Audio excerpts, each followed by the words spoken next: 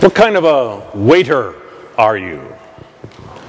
I don't mean the person who waits on table in a restaurant, but just as we wait for things to come or events to happen.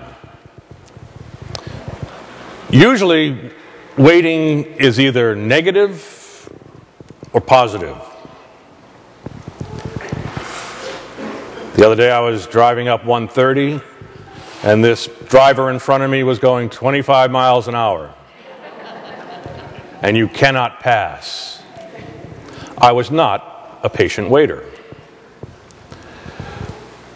Sometimes waiting makes you feel undervalued or unimportant.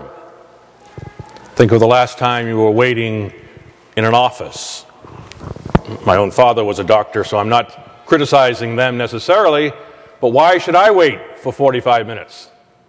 Because they're falling behind. Sometimes waiting makes us anxious. Talk to any parent who has a newly licensed driver in the household. How anxious they are for the car to come back in one piece. But as poor as we might be, waiting can also be a positive experience. Think of preparation for a wedding, or a special feast, or the birth of a child, or an anniversary. All that anticipation is part of the celebration. And today, the church begins its annual waiting period. And it's meant to be a positive one as we begin the first Sunday of Advent. And for 4 weeks, we await. We await, yes, the birth of the Lord on the 25th, but the first 2 weeks of Advent are meant to have us focus on waiting for the return of the Lord at the end of days, at the end of time. That's what the gospel was about this morning. You know not the day nor the hour. We are meant to be watchful.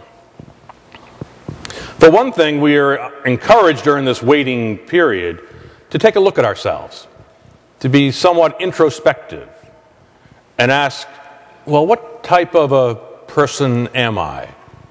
Or even more focused, what type of a Catholic Christian am I? How have I developed, and how do I need to change?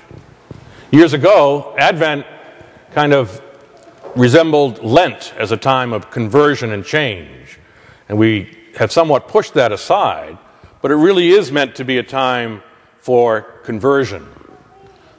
The first reading says that we are the clay, and God is the potter, the one who shapes us.